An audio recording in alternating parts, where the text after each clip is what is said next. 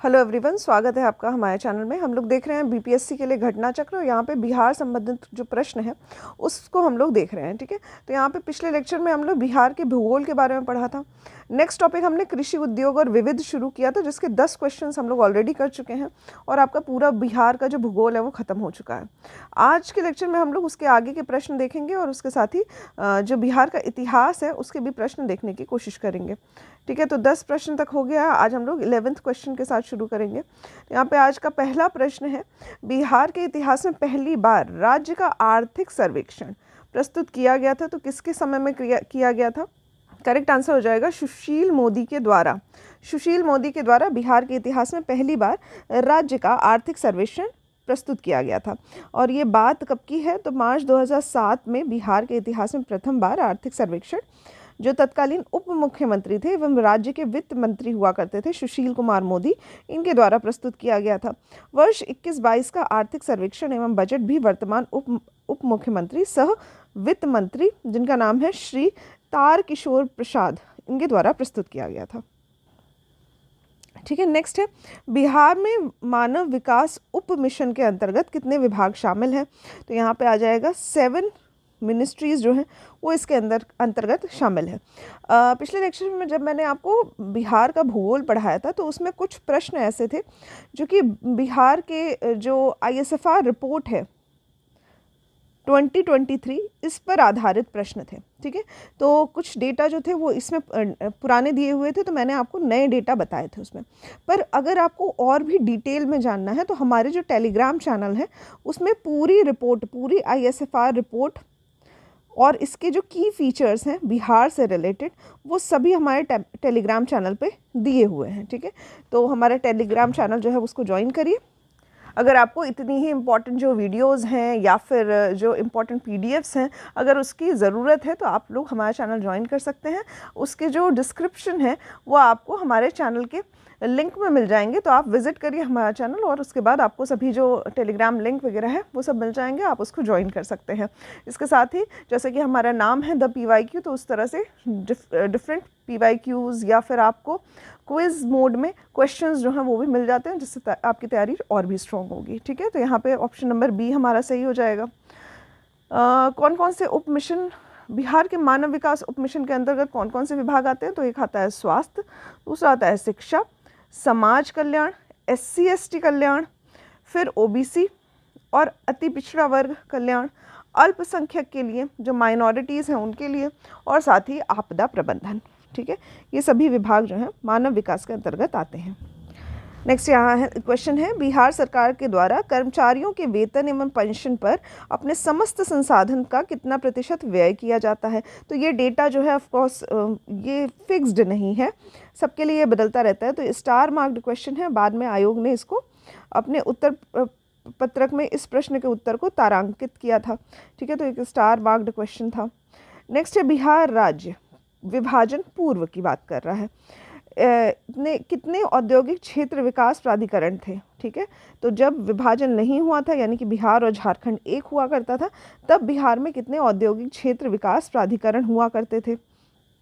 तो याद रखिएगा, तब 6 औद्योगिक क्षेत्र विकास प्राधिकरण हुआ करते थे। एक आदित्यपुर, बोकारो, पटना, रांची, दरभंगा और मुजफ्फरपुर।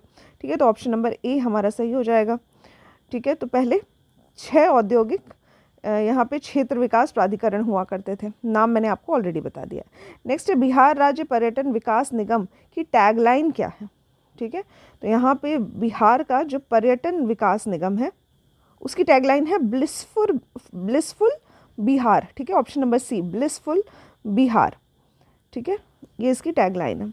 नेक्स्ट है, बिहार में कृषि कुंभ मेला 2019 कहाँ आयोजित हुआ? ठीक है, तो ये जो प्रश्न है 2019 का है, उस समय करंट का प्रश्न रहा होगा। तो कृषि कुंभ मेला का आयोजन मोतिहारी में हुआ था 2019 में। नेक्स्ट है, नीति आयोग के स्वास्थ्य सूचकांक 2019 के अनुसार बिहार राज्य का स्कोर कितना है? तो ये पुराना डेटा है, हमें पढ़ के कोई फ़ायदा नहीं है इसको, इसका जो रिसेंट डेटा आएगा उसको हम लोग डिस्कस करेंगे। ठीक है, तो यहाँ पे सभी पुराने डेटा दिए हुए हैं। नेक्स्ट है, 21 सितंबर 2020 को वीडियो सम्मेलन द्वारा किस राज्य में घर तक फाइबर योजना प्रारंभ की गई थी? तो ये बिहार में की गई थी। ठीक है। बिहार में घर तक फाइबर योजना जो है इसका शुरू किया गया था। गरीब कल्याण रोजगार अभियान बिहार के किस जिले में प्रधानमंत्री द्वारा 2020 में शुरू किया गया है? तो यहाँ पे ये जो गरीब कल्याण रोजगार अभियान है 2020 में खगड़िया में शुरू किया गया है। खगड़िया जिले में, बिहार के खगड़िया जिले में शुरू किया गया है। नेक्स्ट है जनगणना 2011 के अनुसार बिहार में बाल लिंग अनुपात कितना है? तो यहाँ पे होता है फीमेल और मेल का जो रेशियो है, ठीक है, ये कितना है? तो यहाँ पे बाल यानी कि चिल्ड्रन का रेशियो पूछ रहा है। यहाँ पे है 935 ये बिहार का बाल लिंग अनुपात है, जिसमें एज आती है 0 से 6 वर्ष के आयु समूह की जनसंख्या। नेक्स्ट है वर्ष 17-18 के दौरान बिहार के तृतीय क्षेत्र का विकास दर कितना था? तो याद रखिएगा तृतीय क्षेत्र का विकास दर 14.6% था, बट ये डेटा पुराना है तो आप ये क्वेश्चन स्किप कर सकते हैं, ठीक है। नेक्स्ट आता है, ये भी हम स्किप ही करेंगे क्योंकि बजट का प्रश्न है और काफ़ी पुराना प्रश्न है। नेक्स्ट है बिहार में कृषि और ग्रामीण विकास के लिए किस प्रकार के बैंक स्थापित करने का प्रस्ताव है? ठीक है, तो कृषि क्षेत्र के लिए कृषि यंत्र बैंक की स्थापना करने का प्रस्ताव जो है वो किया गया था, कृषि यंत्र बैंक, ठीक है। तो इस तरह से अक्टूबर 2021 में बिहार के मुख्यमंत्री जो है नीतीश कुमार, इनके द्वारा शुरू की गई थी रबी महाभियान। इसके समय किसानों को आधुनिक तरीके से खेती करने हेतु ज़रूरी कृषि यंत्र के लिए 13 जिलों में 328 कृषि यंत्र बैंक स्थापित करने की घोषणा की गई थी। ये बजट रिलेटेड प्रश्न है जो कि 2021-22 का है, इसको हम लोग स्किप करते हैं, ठीक है। नेक्स्ट है बिहार में अप्रैल 2018 के दौरान किस क्षेत्र में सर्वाधिक एफडीआई इक्विटी अंतर प्रवाह को आकर्षित किया? ये भी 2018 का प्रश्न है और साथ ही स्टार मार्क्ड प्रश्न है, तो इसको हम लोग स्किप करेंगे। नेक्स्ट है बिहार की उस योजना का नाम बताइए जो निर्यातोन्मुखी इकाइयों की स्थापना के लिए अपेक्षित उच्च स्तरीय अवसंरचनात्मक सुविधाओं के निर्माण पर ध्यान देती है। याद रखिएगा, निर्यात से संबंधित यानी एक्सपोर्ट से संबंधित इकाइयाँ, ठीक है, एक्सपोर्ट से संबंधित इकाइयाँ जो हैं इनकी स्थापना के लिए अपेक्षित उच्च स्तरीय जो हाई लेवल जो स्ट्रक्चरल सुविधाएं हैं, फैसिलिटीज़ हैं, इनका निर्माण किसके द्वारा किया जाता है? तो इसका करेक्ट आंसर हो जाएगा एक्सपोर्ट प्रमोशन इंडस्ट्रियल पार्क, जिसको शॉर्ट में EPIP कहा जाता है, ठीक है, एक्सपोर्ट प्रमोशन इंडस्ट्रियल पार्क, ठीक है। याद रखिएगा हिंदी तो दिया हुआ है, साथ में इसके जो ऑप्शंस हैं वो इंग्लिश में दिए हुए हैं, इसलिए मैं आपसे कहती हूँ कि कभी भी अगर आपको हिंदी में पढ़ने की आदत है तो बस कोशिश ये किया करिएगा जो की टर्म्स हैं, जो इम्पॉर्टेंट टर्म्स हैं, उनका इंग्लिश जानने की भी कोशिश किया करिए, क्योंकि क्वेश्चन में अगर कभी भी क्वेश्चन का ऑप्शंस जो होते हैं उनको इंग्लिश में दे दिया जाता है हिंदी की तरह लिखकर, ठीक है, और इस तरह ये साइंस में भी किया जाता है, तो इस तरह से आपको दोनों ही चीज़ें पता होनी चाहिए। नेक्स्ट है बिहार राज्य की शिशु मरणांक दर है झारखंड से अधिक, ठीक है, 2008 का डेटा है, तो यहाँ पे इस तरह से आप लोग पुराना डेटा है देख सकते हैं। नेक्स्ट है 2001 की जनगणना के अनुसार बिहार राज्य भारत का कौन से नंबर का सबसे बड़ा राज्य है? तो यहाँ पे तीसरा सबसे बड़ा राज्य है, ठीक है, तीसरा सबसे बड़ा राज्य है। तो यहाँ पे सर्वाधिक जनसंख्या वाले राज्यों को हम लोग देख सकते हैं। पहले नंबर पे आता है उत्तर प्रदेश, दूसरे पे आता है महाराष्ट्र, तीसरे नंबर पे आता है बिहार, फिर आता है पश्चिम बंगाल और आंध्र प्रदेश, ठीक है, तो बिहार जो है वो तीसरे नंबर पे आता है। नेक्स्ट है गुल्लक बच्चा बैंक, ये कहाँ पे स्थित है? तो ये पटना में स्थित है, ठीक है। गुल्लक बच्चा बैंक जो है गरीब बच्चों के लिए एक सामूहिक बैंक है जो कि पटना में स्थित है। इसमें पटना के जो स्लम बस्ती के 500 से अधिक बच्चे हैं अपनी बचत के 5-10 रुपये जमा करते हैं और इन पैसों से अपनी शिक्षा के अलावा जो और भी ज़रूरतें हैं उनका इस्तेमाल करते हैं, ठीक है। तो इस तरह से ये बहुत ही अच्छी एक स्कीम है या फिर एक पॉलिसी है बिहार की, देख सकते हैं गुल्लक बच्चा बैंक। नेक्स्ट क्वेश्चन है बिहार राज्य में गरीबी रेखा के नीचे लोगों की अधिकतम संख्या होने का कारण क्या है? तो इसमें भूमि सुधारों की असफलता, ये सही कारण है। राजनीतिक इच्छा का अभाव, ये भी सही कारण है। श्रमिक वर्ग की अधिक संख्या, ये भी सही है। तो इनमें से सभी कारण जो हो जाएंगे, ये हो जाएंगे बिहार राज्य में गरीबी रेखा के नीचे लोगों की अधिकतम संख्या होने के कारण। ठीक है, तो ये सभी कारण जो है ये तीनों ही कारण हो जाएंगे। नेक्स्ट है, बिहार में पटसन उद्योग की पट्टी स्थित है। तो यहाँ पे पटसन उद्योग, जिसको जूट भी कहा जाता है, ये उत्तर पूर्वी बिहार मैदान में होता है। ठीक है, तो उत्तर पूर्वी बिहार मैदान जो है ये हो जाएगा हमारा सही आंसर। होता यह है कि वेस्ट बंगाल वाले एरिया में ज़्यादातर होता है जूट। तो हमारा जो ये नॉर्थ और ईस्ट वाला हिस्सा है बिहार का, ये कनेक्टेड है डायरेक्ट वेस्ट बंगाल से। तो यहाँ पे ये उत्तर पूर्वी बिहार मैदान क्षेत्र जो हो जाएगा, ये आंसर हमारा सही हो जाएगा। ठीक है, तो ऑप्शन नंबर बी हमारा सही है।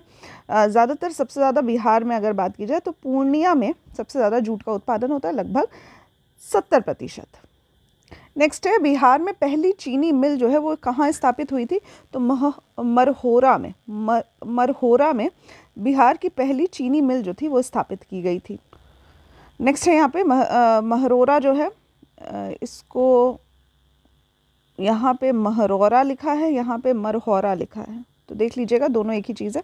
यहाँ पे सारण जिले में स्थित है। 1904 में पहली आधुनिक चीनी मिल जो है वो स्थापित की गई थी। वहीं अगर चीनी का पहला कारखाना की बात की जाए तो 1840 में बेतिया में डचों द्वारा प्रारंभ किया गया था, बेतिया में।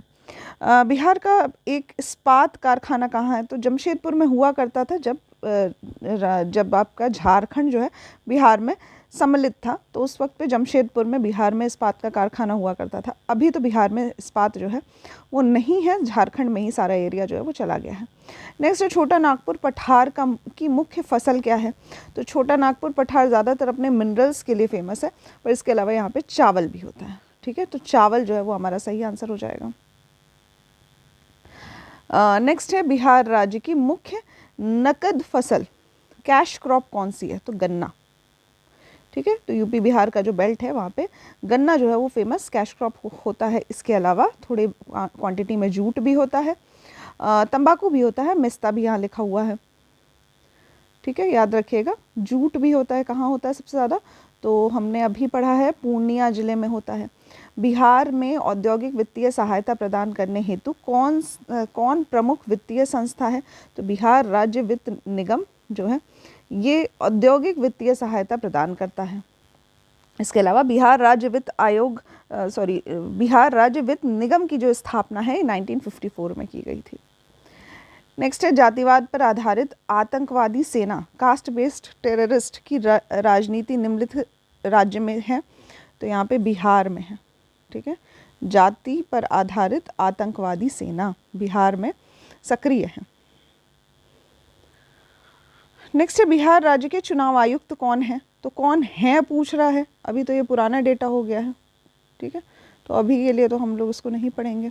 इसके अलावा सर ने शॉर्ट्स के माध्यम से बिहार के जो भी इम्पोर्टेंट पोस्ट हैं, शॉर्ट्स के माध्यम से नहीं, I think video, proper video बनाई है यहाँ पे सर के द्वारा बनाई गई है कि कौन से चुनाव आयुक्त हैं, कौन से सीएम हैं, कौन से अदर पद पे व्यक्ति हैं। ठीक है, तो वो आप वीडियो देख सकते हैं इसके लिए। तो यहाँ पे मैं ये क्वेश्चन स्किप कर रही हूँ। नेक्स्ट है, निम्नलिखित में से कौन बिहार और झारखंड के सह राज्यपाल हैं? ठीक है, तो यहाँ पे राज्यपाल वाला वीडियो भी, मतलब राज्यपाल वाली डिटेलिंग्स भी उसी वीडियो में दिया हुआ है, तो हम इसको भी स्किप कर रहे हैं। ठीक है, फिर भी अगर आपको और भी डेटा चाहिए तो मैं आपको शॉर्ट्स के माध्यम से ये सब पढ़ा सकती हूँ। तो यहाँ पे आप कमेंट करके ज़रूर बताइएगा कि आपको शॉर्ट्स के माध्यम से ऐसी वीडियो चाहिए जिसमें बिहार के सभी उच्च पद पर जो भी व्यक्ति हैं, अगर आपको उसका वीडियो चाहिए होगा तो आप बताइएगा। ठीक है, कमेंट बॉक्स में। नेक्स्ट है, अटल बिहारी वाजपेयी सरकार द्वारा किसे बिहार का गवर्नर नियुक्त किया गया था? ठीक है, तो ये तो पुराना डेटा है, यहाँ पे देख सकते हैं सुंदर सिंह भंडारी को नियुक्त किया गया था। बकाया ऋण भी छोड़ दीजिए, बजट का क्वेश्चन है। नेक्स्ट है, केंद्रीय मंत्रिपरिषद में वर्तमान में बिहार में कितने सांसद सम्मिलित हैं? ये भी छोड़ दीजिए। ठीक है, नेक्स्ट है, विगत वर्षों में बौद्ध भिक्षु बिहार में आंदोलन करते रहे हैं नियंत्रण प्राप्त करने के लिए। तो कहाँ का नियंत्रण प्राप्त करने के लिए? गया के महाबोधि मंदिर का। ये अक्सर न्यूज़ में रहता है। होता ये है कि महाबोधि मंदिर क्या है, यहाँ पे हिंदुओं को भी हिंदुओं को भी इसको कंट्रोल करने का अधिकार दिया गया है। अब महाबोधि मंदिर है तो बौद्ध भिक्षुओं से रिलेटेड, पर यहाँ पे जो कर्मचारी लोग हैं या जो कंट्रोलिंग पावर है वो हिंदुओं के पास भी है, ठीक है। तो यहाँ पे ये नियंत्रण के लिए काफ़ी यहाँ पे एक टसल होता रहता है, अक्सर ही न्यूज़ में रहता है। नेक्स्ट है बिहार में पागलखाना कहाँ पे स्थित है? तो पहले तो रांची में हुआ करता था, अब तो ये झारखंड में है, तो ये बिहार में नहीं रह गया, ठीक है। Ranchi institute of neuro psychiatry and allied sciences, ये रांची में स्थित, वर्तमान में रांची जो है झारखंड की राजधानी है और यहाँ पे एक पागलखाना स्थित है, ठीक है। नेक्स्ट यहाँ पे मैंने कुछ क्वेश्चंस स्किप किए हैं क्योंकि पुराने डेटा पे बेस थे, ज़रूरत नहीं है पुराना डेटा पढ़ने की। यहाँ पे नेक्स्ट क्वेश्चन है बिहार में तेल शोधन कारखाना कहाँ पे स्थित है? तो बरौनी में स्थित है, बरौनी में स्थित है। नेक्स्ट है बिहार के निम्न जिले में सबसे बड़ा जिला कौन सा है? तो गया है, गया सबसे बड़ा जिला है गया, ठीक है, याद रखिएगा ये डेटा इंपॉर्टेंट है। तो सबसे बड़ा है गया, फिर दूसरे नंबर पे आता है पटना, फिर नेक्स्ट आता है समस्तीपुर, फिर आता है दरभंगा, ठीक है। नेक्स्ट इनमें से कौन सा जिला झारखंड राज्य में शामिल नहीं है? नहीं है, तो ये सभी जो है गोड्डा, रांची, बोकारो, ये सभी झारखंड में स्थित है। नेक्स्ट है बिहार में इस्पात प्लांट, स्टील प्लांट जो है वो कहाँ पे स्थित है? तो धनबाद में स्थित है। नेक्स्ट हम लोग देखेंगे इतिहास के प्रश्न। तो बिहार राज्य से संबंधित जो इतिहास के प्रश्न हैं उनको हम लोग देखेंगे। पहला प्रश्न है जैन धर्म के प्रवर्तक महावीर जी का मोक्ष स्थान कहाँ पे स्थित है? ठीक है, मोक्ष का स्थान पूछ रहा है यहाँ पे। मोक्ष मिला था इनको पावापुरी में, पावापुरी में, ठीक है। तो यहाँ पे जो इनका मोक्ष स्थान है जिसको निर्वाण कहा जाता है, ये पावापुरी में स्थित है, ठीक है। पावापुरी जो है वो बिहार शरीफ से 8 किलोमीटर दक्षिण पूर्व में स्थित है, जो कि जैनियों का मुख्य तीर्थ स्थल है, ठीक है। तो पावापुरी बिहार के नालंदा से 25 किलोमीटर, यहाँ पे ये डिटेलिंग्स दी हुई है। तो यहाँ पे 72 वर्ष की आयु में इन्होंने अपना देह त्याग दिया था। कार्तिक कृष्ण अमावस्या का दिन इन्हें मोक्ष की प्राप्ति हुई थी पावापुरी में। नेक्स्ट है कश्मीर घाटी के अंतिम मुस्लिम शासक यूसुफ शाह चक, जिन्हें मुगल सम्राट अकबर द्वारा बिहार में निर्वासित किया गया था, ये दफन कहाँ हुए हैं? ठीक है, तो दफन है नालंदा में, नालंदा में, ठीक है। कश्मीर घाटी के ये अंतिम मुगल शासक थे यूसुफ शाह चक। अकबर द्वारा इनको बिहार में निर्वासित किया गया था, इनको दफन किया गया है नालंदा में। तो इम्पॉर्टेंट प्रश्न है, याद रखिएगा। इनकी जो मृत्यु थी वो 1592 में हुई थी। निर्वासन के दौरान इन्हें नालंदा बिहार में दफनाया गया था। नेक्स्ट है वर्ष 1632 में बिहार के पटना शहर में कौन सी कंपनी ने अपनी फैक्ट्री स्थापित की थी? तो यहाँ पे डच ईस्ट इंडिया कंपनी सही आंसर हो जाएगा। 1632 में बिहार के पटना शहर में डच ईस्ट इंडिया कंपनी ने अपनी फैक्ट्री जो थी वो स्थापित की थी। नेक्स्ट है स्वामी सहजानंद सरस्वती ने एक पत्रिका का प्रकाशन किया था, उसका नाम क्या था? तो यहाँ पे हुंकार सही हो जाएगा आंसर, ठीक है। तो करेक्ट आंसर है हुंकार, option number B. Swami Sahajanand Saraswati, जिनको किसान आंदोलन का जनक भी कहा जाता है, तो इन्होंने किसान आंदोलन के लिए भी काफ़ी कार्य किया है। इन्होंने हुंकार नामक एक पत्रिका का प्रकाशन भी किया था। नेक्स्ट है देशेर कथा पुस्तक किसने लिखी है? ठीक है, तो ये कथा पुस्तक जो सखाराम गणेश देवस्कर के द्वारा लिखी गई है, ठीक है। तो देशर कथा, जिसको देश की बात कहा जाता है, ये महान क्रांतिकारी चिंतक और लेखक जिनका नाम है सखाराम गणेश देवस्कर, इनके द्वारा लिखी गई है। इसकी प्रकाशन जो है 1904 में किया गया था। नेक्स्ट है बिहार में सर्च लाइट समाचार पत्र के संस्थापक कौन थे? तो इम्पॉर्टेंट प्रश्न है। सर्च लाइट समाचार पत्र के प्रकाशक जो थे या संपादक जो थे, संपादक वो थे मुरली मोहन प्रसाद। मुरली मोहन प्रसाद जो थे, सर्च लाइट इन्होंने प्रकाशन किया था 1918 में, ठीक है। सैयद हैदर हुसैन के द्वारा इस समाचार पत्र को शुरू किया गया था। 2 बार प्रकाशित होता था, अंग्रेजी समाचार पत्र था ये, ठीक है।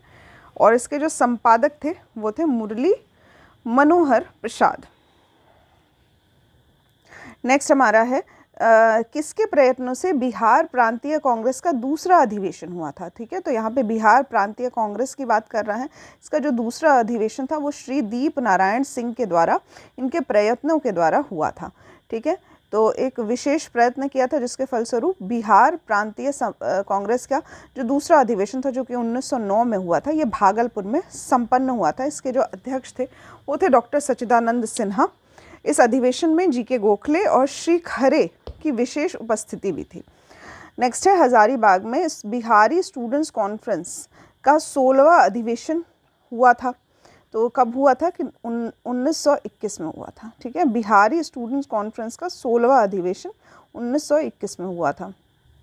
नेक्स्ट है पटना में 1913 में अनुशीलन समिति की एक शाखा की स्थापना किसने की थी?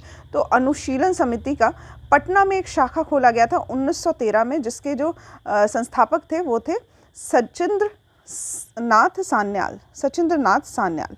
ठीक है, इन्होंने पटना में भी अनुशीलन समिति की स्थापना की थी। याद रखिएगा, अनुशीलन समिति जो है वो मतलब मेरे नॉलेज में तो 3 जगह स्थापित हुई है। ठीक है, एक तो आपके बंगाल में स्थापित हुई है, महाराष्ट्र में भी स्थापित हुई है, और साथ में अभी मैं बिहार भी देख रही हूँ, तो यहाँ पे बिहार में भी अनुशीलन समिति की स्थापना हुई है। याद रखिएगा, तीनों ही जगह इंपॉर्टेंट है क्योंकि कई बार पूछ लेता है प्रश्न जो है किसी भी जगह से। नेक्स्ट है असहयोग आंदोलन के दौरान बिहार में कृषकों का नेतृत्व किसने किया था? तो स्वामी विद्यानंद के द्वारा किया गया था। असहयोग आंदोलन के दौरान बिहार के कृषकों का नेतृत्व स्वामी विद्यानंद के द्वारा किया गया था। ठीक है, नेक्स्ट है 1922-23 में मुंगेर में किसान सभा का गठन किसने किया था? तो मुंगेर में किसान सभा का एक आयोजन हुआ था जो कि किसके द्वारा किया गया था? तो यहाँ पे ऑप्शन हो जाएगा हमारा उपर्युक्त में से एक से अधिक। ठीक है, तो यहाँ पे मोहम्मद जुबैर, श्री कृष्ण सिंह, ये दोनों ही शामिल थे। साथ ही स्वामी सहजानंद सरस्वती जो हैं वो तो ऑलरेडी किसान सभा से जुड़े ही हुए हैं। ठीक है, तो यहाँ पे मुंगेर में किसानों को एक संगठित करने का उद्देश्य जो था 1922-23 में किया गया था। किसान सभा का गठन किया गया था जिसमें शाह मोहम्मद जुबैर और श्री कृष्ण जो थे वो शामिल थे।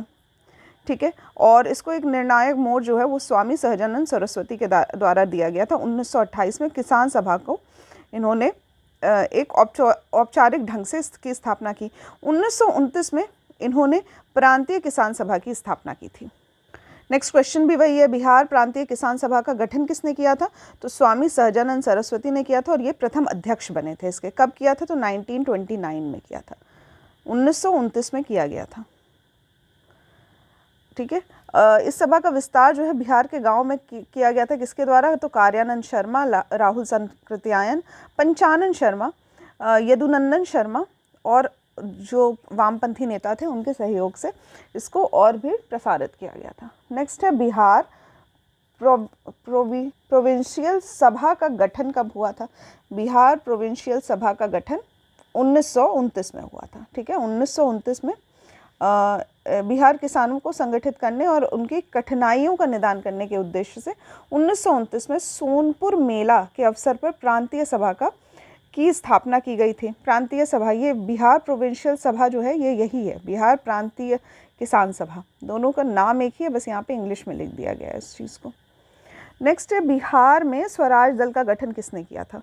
ठीक है, तो बिहार में भी एक स्वराज दल का गठन किया गया था जो कि श्री कृष्ण सिंह के द्वारा किया गया था। ठीक है, तो 1929 में जब स्वराज पार्टी का गठन हुआ तो सी.आर. दास और मोतीलाल नेहरू ने इसका गठन किया था। इसके अलावा सी.आर. दास इसके अध्यक्ष और मोतीलाल नेहरू इसके महासचिव बने थे। बिहार में जो शाखा थी स्वराज दल की, उसके नेता श्री कृष्ण सिंह बनाए गए थे, श्री कृष्ण सिंह। नेक्स्ट है बिहार में कांग्रेस का प्रथम अधिवेशन कहाँ हुआ था? तो यहाँ पे पटना में हुआ था। बिहार के पटना में कांग्रेस का जो अधिवेशन था वो हुआ था। कब हुआ था? तो 1912 में हुआ था। ठीक है, कहाँ हुआ था? तो बांकीपुर में हुआ था, बांकीपुर। यह कांग्रेस का 27वां अधिवेशन था जिसकी अध्यक्षता रघुनाथ नरसिंह मधोलकर ने की थी। इंपॉर्टेंट है, कई बार प्रश्न पूछे गए हैं इस पर। ठीक है, तो बिहार में जो अधिवेशन हुआ है वो 1912 में हुआ है, पटना के बांकीपुर में हुआ है। रघुनाथ नरसिंह मधोलकर ने इसका की अध्यक्षता की थी। महासचिव कौन थे? तो सच्चिदानंद सिन्हा थे, और मौलाना मजहरुल जो थे, इन्होंने स्वागत समिति के अध्यक्ष थे। ठीक है, नेक्स्ट है बिहार समाजवादी पार्टी जिसका गठन 1931 में हुआ था। किन्होंने किया था? तो यहाँ पे करेक्ट आंसर हो जाए बिहार समाजवादी पार्टी 1931, फूलन प्रसाद वर्मा और जयप्रकाश नारायण। ठीक है, तो यहाँ पे जयप्रकाश नारायण, फूलन प्रसाद वर्मा ने बिहार समाजवादी पार्टी का गठन किया था। ऑप्शन नंबर बी हमारा सही हो जाएगा। नेक्स्ट है बिहार सोशलिस्ट पार्टी, इसका गठन कब हुआ था? तो 1931 में हुआ था। बिहार सोशलिस्ट पार्टी, यही बिहार समाजवादी पार्टी को इंग्लिश में लिखा हुआ है बिहार सोशलिस्ट पार्टी, इसका गठन कब हुआ है? 1931 में हुआ है। किसके द्वारा हुआ है? तो अभी हमने देखा जयप्रकाश नारायण है, फूलन प्रसाद वर्मा है, साथ ही गंगा शरण सिंह भी इन्वॉल्व है, अब्दुल बारी, राहुल सांकृत्यायन है तथा अंबिका सिन्हा है। इन सभी ने बिहार सोशलिस्ट पार्टी की स्थापना की थी। इसके कुछ और सदस्य हैं जैसे कि योगेंद्र शुक्ल, कर्पूरी ठाकुर, बसावन सिंह, ये सभी जो हैं, ये सभी लोग जुड़े हुए हैं बिहार के सोशलिस्ट पार्टी से। 1934 में पटना में आचार्य नरेंद्र देव की अध्यक्षता में बिहार सोशलिस्ट पार्टी की विधिवत स्थापना हुई थी और इसके जो सचिव थे वो थे जयप्रकाश नारायण। सन 1931 में बिहार समाजवादी पार्टी का गठन किसने किया था? तो यहाँ पे आंसर हो जाएगा हमारा जो मतलब जो सबसे रिलेटेड आंसर लग रहा है, जो सबसे रिलेटेड पर्सन है इससे, वो है फूलन प्रसाद वर्मा। अन्य भी व्यक्ति इसमें इन्वॉल्व थे बट ऑप्शन में नहीं दिया है, तो हम लोग ऑप्शन नंबर ए के साथ जाएंगे। नेक्स्ट है 1934 में बनी बिहार सोशलिस्ट पार्टी के सचिव कौन थे? तो यहाँ पे करेक्ट आंसर हो जाएगा जयप्रकाश नारायण। नेक्स्ट है जयप्रकाश नारायण को कौन सी उपाधि दी गई थी? तो लोकनायक कहा जाता था इनको, लोकनायक। ठीक है, इन्होंने भारत छोड़ो आंदोलन में भी बहुत सक्रिय भूमिका निभाई थी। 1942 में राम मनोहर लोहिया के साथ, साथी अरुणा असफ अली के साथ मिलकर गुप्त रूप से भारतीय जनता को संगठित किया था। ठीक है, इन्हें 1999 में मरणोपरांत भारत रत्न भी प्रदान किया गया था। नेक्स्ट है बिहार के रश्मि कुमारी कौन है? तो ये एक अंतर्राष्ट्रीय कैरम चैंपियन है। ठीक है, अंतर्राष्ट्रीय कैरम चैंपियन है, रश्मि कुमारी नाम है इनका। नेक्स्ट है बिहार से भारतीय संविधान सभा के सदस्य कौन थे? तो यहाँ पे एक से अधिक आंसर सही हो जाएगा हमारा। राजेंद्र प्रसाद थे, जगजीवन राम थे, साथ ही अन्य नाम भी जुड़े हुए थे जैसे कि सच्चिदानंद सिन्हा जो थे, ये भी बिहार के ही थे, जो कि अध्यक्ष बने थे, अस्थायी अध्यक्ष बने थे प्रथम अधिवेशन के। इसके बाद बिहार में संविधान सभा के 36 सदस्य चुने गए थे। ठीक है, जिसमें अनुग्रह नारायण सिन्हा थे, राजेंद्र प्रसाद थे, जगजीवन राम थे, श्यामानंदन सहाय, सच्चिदानंद सिन्हा थे, ये प्रमुख थे।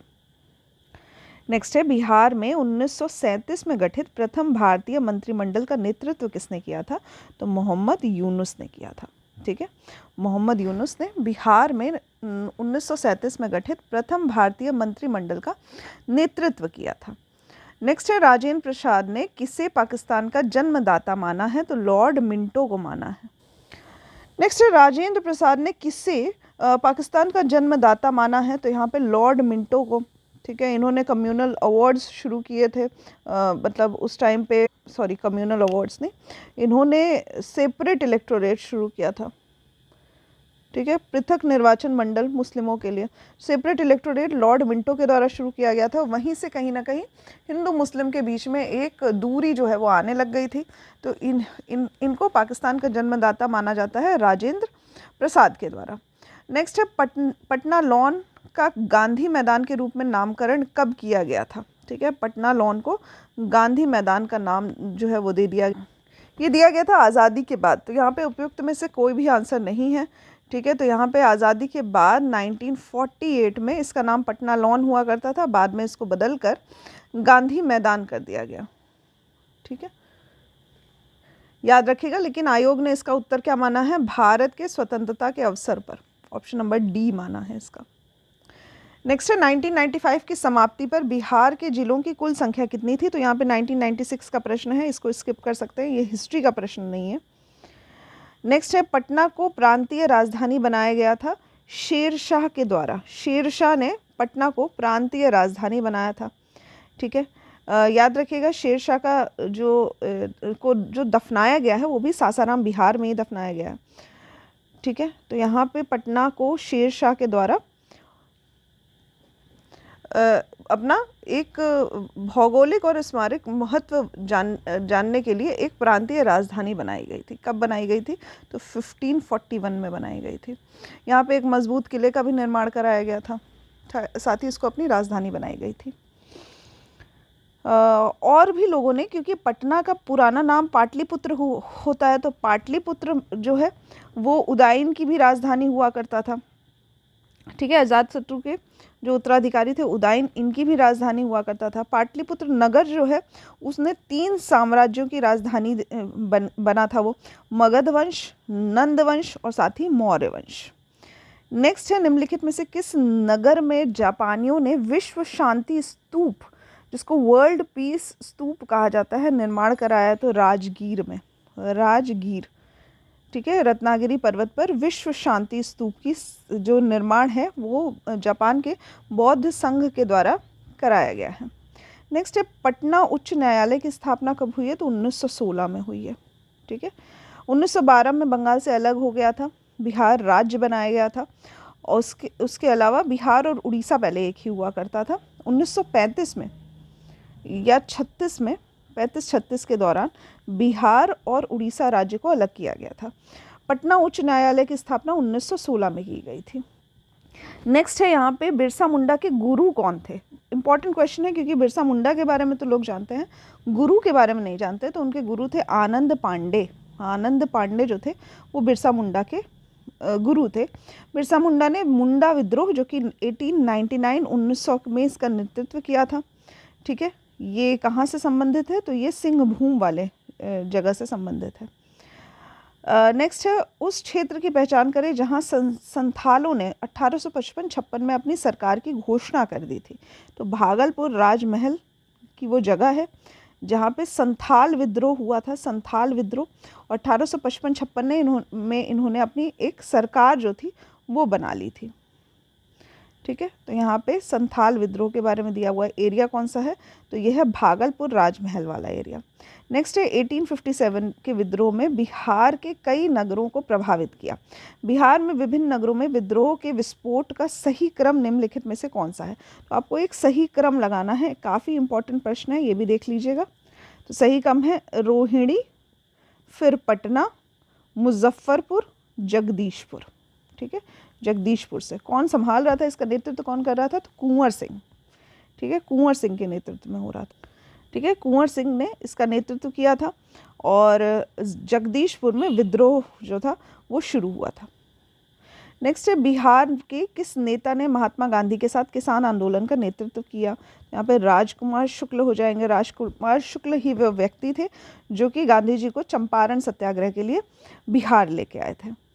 ठीक है, इसके अलावा धरणीधर, रामनवमी प्रसाद, ये भी अन्य व्यक्ति हैं। नेक्स्ट है, बिहार के सुप्रसिद्ध संत शफरुद्दीन मनेरी का संबंध सूफियों के किस संप्रदाय से है? तो फिरदौसी संप्रदाय से है। फिरदौसी, शफरुद्दीन मनेरी जो है फिरदौसी संप्रदाय से संबंधित है। ठीक है, तो और ये जो टाइमलाइन है ये लगभग 1260 से लेकर 1380 के बीच की है। ठीक है, इन्होंने सोहरावर्दी की अरबी कृति अदब उल मुरिद्दीन का भाष्य भी लिखा है। ठीक है, इनके द्वारा एक प्रसिद्ध कृति मकतूबात एसादी किया गया है। बिहार कांग्रेस सोशलिस्ट पार्टी का गठन तो हमने अभी पढ़ा है, बिहार कांग्रेस सोशलिस्ट पार्टी है। बिहार सोशलिस्ट पार्टी का गठन 1931 में हुआ था, बट यहाँ पे बिहार कांग्रेस सोशलिस्ट पार्टी, इसका गठन 1934 में हुआ है। ठीक है, बिहार कांग्रेस सोशलिस्ट पार्टी, इसके जो अध्यक्ष थे वो थे नरेंद्र देव और सचिव थे जयप्रकाश नारायण। नेक्स्ट है, मध्यकाल में बिहार शरीफ का नगर किस लिए महत्वपूर्ण था? तो ये एक प्रशासनिक केंद्र हुआ करता था। ठीक है, पटना या फिर बिहार शरीफ जो था उसको प्रशासनिक केंद्र के रूप में देखा जाता था। ठीक है, यहाँ पे विद्या के रूप में देखा जाता था क्योंकि नालंदा यूनिवर्सिटी थी। नालंदा यूनिवर्सिटी, तो करेक्ट आंसर हो जाएगा ऑप्शन नंबर 2। और इसके साथ साथ धार्मिक केंद्र भी हुआ करता था। ठीक है, तो सही ऑप्शन हो जाएगा हमारा ऑप्शन नंबर डी। ठीक है, जो सबसे उपयुक्त आंसर है वो यही है। तो यहाँ पे ओदंतीपुरी में एक महाविहार स्थित था। बिहार शरीफ बौद्ध धर्म के लिए एक प्रमुख केंद्र हुआ करता था, और भी बौद्ध विहार जो थे वो यहाँ पे स्थित थे। तो इस कारण से क्योंकि यहाँ पे कई सारे बौद्ध विहार थे, तो इसका नाम जो था वो बिहार रखा गया था। विहार होता है ना, विहार, बौद्ध के लिए विहार होता है, तो विहार से बिगाड़ कर इसका नाम जो था वो बिहार रख दिया गया था। तो विद्या का केंद्र था, धार्मिक केंद्र था। उदंतीपुर विश्वविद्यालय जो था यहाँ पे इसकी स्थापना पाल वंश के द्वारा की गई थी, गोपाल के द्वारा। नेक्स्ट है बिहार में अलग प्रांत के लिए आंदोलन, जिसके परिणाम स्वरूप वर्ष 1911 में बिहार एवं उड़ीसा के नए प्रांत का निर्माण हुआ। ये नेतृत्व किसके द्वारा किया गया था? तो सच्चिदानंद सिन्हा के द्वारा किया गया था। ठीक है, सच्चिदानंद सिन्हा के द्वारा। साथ ही कुछ और नाम है जैसे महेश नारायण, नंद किशोर लाल और श्री कृष्ण सहाय। इन सभी लोगों ने मिलकर जनवरी 1894 में पटना से बिहार टाइम्स या बिहारी समाचार पत्र जो था ये निकालना प्रारंभ किया था। ठीक है, तो यहाँ पे कई लोगों के जब यहाँ पे दिल्ली दरबार का आयोजन किया गया था, उस समय बिहार और उड़ीसा को सम्मिलित करके एक नवीन प्रांत बिहार का उद्घाटन हुआ था। ठीक है, जिसकी राजधानी पटना बनाई गई थी। ठीक है, तो इसको वेस्ट बंगाल से अलग कर दिया गया था। नेक्स्ट है बिहार दिवस का क्या महत्व है, जो हर साल 22 मार्च को मनाया जाता है। 22 मार्च को बिहार दिवस के रूप में मनाया जाता है। ये भी डेटा इंपॉर्टेंट है, याद रखिएगा। 22 मार्च क्यों मनाया जाता है? क्योंकि 1912 में बिहार जो है वो बंगाल प्रेसिडेंसी से अलग होने की याद में इस दिवस को मनाया जाता है। याद रखिएगा, पहले ये बंगाल प्रेसिडेंसी का हिस्सा हुआ करता था। 1911 में ये मांग को बढ़ा दिया गया था और होते होते 1912 में इसको अलग कर दिया गया था। बिहार को बंगाल प्रेसिडेंसी से अलग कर दिया गया था। उसी दिन की याद में 22 मार्च को बिहार दिवस के रूप में मनाया जाता है। नेक्स्ट है बिहार की स्थापना कब हुई थी? तो 1912 में हुई थी। ठीक है, बिहार और उड़ीसा वो मिलाकर एक संयुक्त राष्ट्र बिहार बना दिया गया था, संयुक्त राज्य। ठीक है, 1912 में। बाद में 1936 में बिहार और उड़ीसा को भी पृथक कर दिया गया था। नेक्स्ट है आधुनिक बिहार का निर्माता किसे माना जाता है? तो सच्चिदानंद सिन्हा को माना जाता है। आधुनिक बिहार का निर्माता माना जाता है सच्चिदानंद सिन्हा को। नेक्स्ट क्वेश्चन है बिहार कब भारत में एक स्वतंत्र प्रदेश बना? तो ये बना था 1912 में। ठीक है, बंगाल प्रेसिडेंसी से अलग हुआ और उसके बाद ये एक स्वतंत्र राज्य बन गया। एक भारतीय राज्य के रूप में बिहार कब बना था? तो 1912 में बिहार जो है वो उड़ीसा के साथ एक संयुक्त राज्य बना और एक भारतीय राज्य के रूप में कब बना? तो 1936 में बना। 1936 में जब बिहार जो है सेपरेट हो गया उड़ीसा के साथ भी। ठीक है, तो 1936 आंसर सही हो जाएगा। ये भारत सरकार शासन अधिनियम 1935 के द्वारा बिहार को एक अलग राज्य के रूप में स्थापित किया गया। ब्रिटिश शासन के दौरान बिहार को एक अलग प्रांत का दर्जा कब मिला? तो 1936 में मिला। नेक्स्ट है किस वर्ष में उड़ीसा बिहार से पृथक हुआ? तो 1936 में हुआ। किस अधिनियम के तहत हुआ? तो ये हुआ भारत सरकार अधिनियम 1935। ऑप्शन नंबर ए हमारा सही हो जाएगा। नेक्स्ट है बिहार बंगाल से कब अलग हुआ था? तो 1912 में अलग हुआ था। बिहार बंगाल से पृथक कब हुआ? तो 1912 में हुआ। कई बार प्रश्न पूछे गए हैं, देख सकते हैं आप लोग। बंगाल और बिहार में भूमि पर किराएदारों के अधिकार, बंगाल किराएदारी अधिनियम, बंगाल टेनेंसी एक्ट कहा जाता है, ये कब स्वीकार किया गया था? तो याद रखिएगा, बंगाल टेनेंसी एक्ट और कांग्रेस की स्थापना एक ही वर्ष में हुई है, 1885।